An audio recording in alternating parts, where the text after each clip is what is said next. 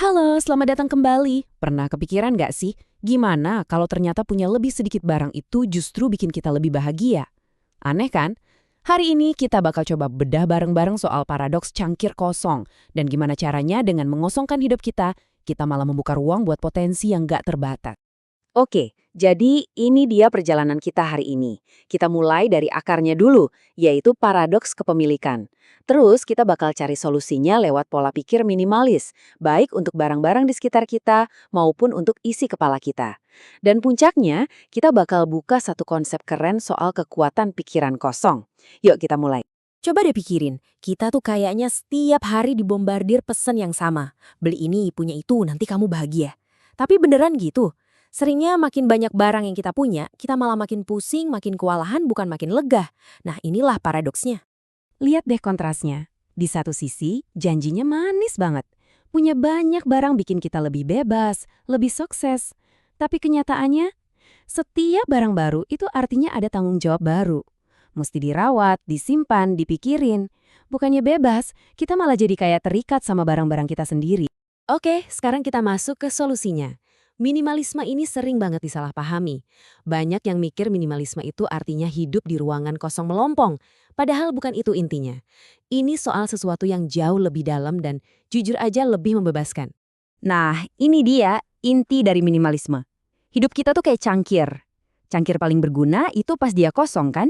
Siap diisi. Begitu juga hidup kita. Dengan menyingkirkan hal-hal yang nggak perlu, kita sengaja bikin ruang. Ruang buat apa? Ya buat hal-hal yang beneran penting. Bukan cuma barang, tapi juga pengalaman, hubungan baik, dan kreativitas. Untuk bisa mulai, kita perlu kenalan dulu sama barang-barang kita. Biasanya sih, barang kita itu masuk ke salah satu dari 4 kategori ini.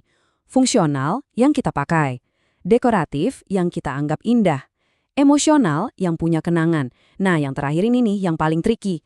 Aspiratif. Barang-barang yang kita simpan bukan buat diri kita sekarang, tapi buat versi diri kita yang lebih baik di masa depan. Kutipan dari William Morris ini bisa jadi filter yang ampuh banget. Pertanyaannya simpel aja. Barang ini berguna nggak? Menurut saya barang ini indah nggak? Kalau jawabannya nggak untuk dua-duanya, kenapa barang itu harus makan tempat di hidup kita? Oke, setelah kita paham kenapanya, sekarang waktunya kita bahas gimananya. Kita mulai dari yang paling kelihatan dulu deh, ruangan di sekitar kita. Ada metode keren namanya streamline. Ini versi sederhananya. Pertama, mulai dari nol. Kosongin satu area, misalnya meja kerja, biar kita bisa lihat potensinya. Kedua, sortir tanpa ampun. Setiap barang nasibnya harus jelas. Buang, simpan, atau kasih ke orang lain. Ketiga, pasang batas. Tentukan sendiri. Cukupnya itu seberapa banyak, biar nanti nggak berantakan lagi. Punya ruangan yang rapi itu rasanya lega banget. Tapi seringkali sampah yang paling bikin capek itu justru yang nggak kelihatan. Nah sekarang kita coba terapkan prinsip yang sama ke dunia digital dan pikiran kita. Coba bayangin analogi ini deh. Pikiran kita yang lagi stres itu kayak kipas angin yang berisik banget. Terus, apa yang kita lakuin? Kita malah lari ke distraksi digital, yang ibaratnya malah bikin kipasnya muter makin kencang. Mungkin kita ngerasa teralihkan sesaat, tapi apa kita beneran jadi tenang? Atau malah makin pusing? Solusinya itu bisa jadi sangat simpel.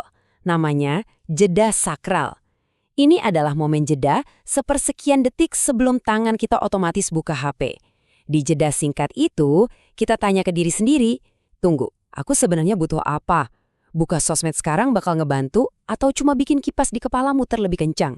Ini pertanyaan penting banget, terutama buat kita yang butuh fokus. Entah itu lagi nulis, belajar, atau ngerjain proyek penting. Gangguan online itu musuh utamanya. Dengan sengaja kerja offline, kita itu kayak matiin kipas angin yang berisik tadi dan ngasih ruang buat pikiran kita buat benar-benar konsentrasi. Nah, ini semua membawa kita ke tujuan akhirnya. Setelah kita berhasil beres-beres sampah di luar, kita bisa mulai mengakses kekuatan yang ada di dalam, yaitu kondisi pikiran yang jernih, kuat, dan super kreatif. Ada konsep dari Jepang namanya mushin, artinya pikiran tanpa pikiran. Mungkin kita lebih kenal dengan istilah flow atau in the zone. Itu loh momen di mana pikiran kita berhenti ngoceh dan kita benar-benar larut sama apa yang lagi kita kerjain. Bisa pas lagi olahraga, ngelukis, atau bahkan sesimpel lagi nikmatin teh. Inilah kebebasan mental yang sebenarnya. Sutradara film David Lynch menggambarinya dengan indah banget.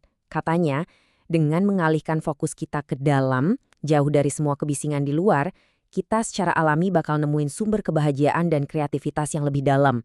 Inilah hasil dari ruang yang udah kita ciptakan tadi. Terus gimana cara kita mencapai kondisi itu? Coba deh anggap aktivitas kreatif kita, apapun itu, sebagai tempat cuci mobil buat otak. Ini adalah cara aktif buat ngebersihin semua kotoran digital dan stres harian dan balikin pikiran kita ke kondisi mushin yang jernih dan tenang. Jadi kita tutup dengan pertanyaan ini. Minimalisme itu bukan tentang kehilangan sesuatu, tapi justru tentang mendapatkan sesuatu. Dengan melepaskan apa yang selama ini membebani kita bukan cuma nemuin ketenangan, tapi juga potensi yang tak terbatas. Jadi, di ruang kosong yang berhasil Anda ciptakan, kira-kira apa yang akan Anda bangun?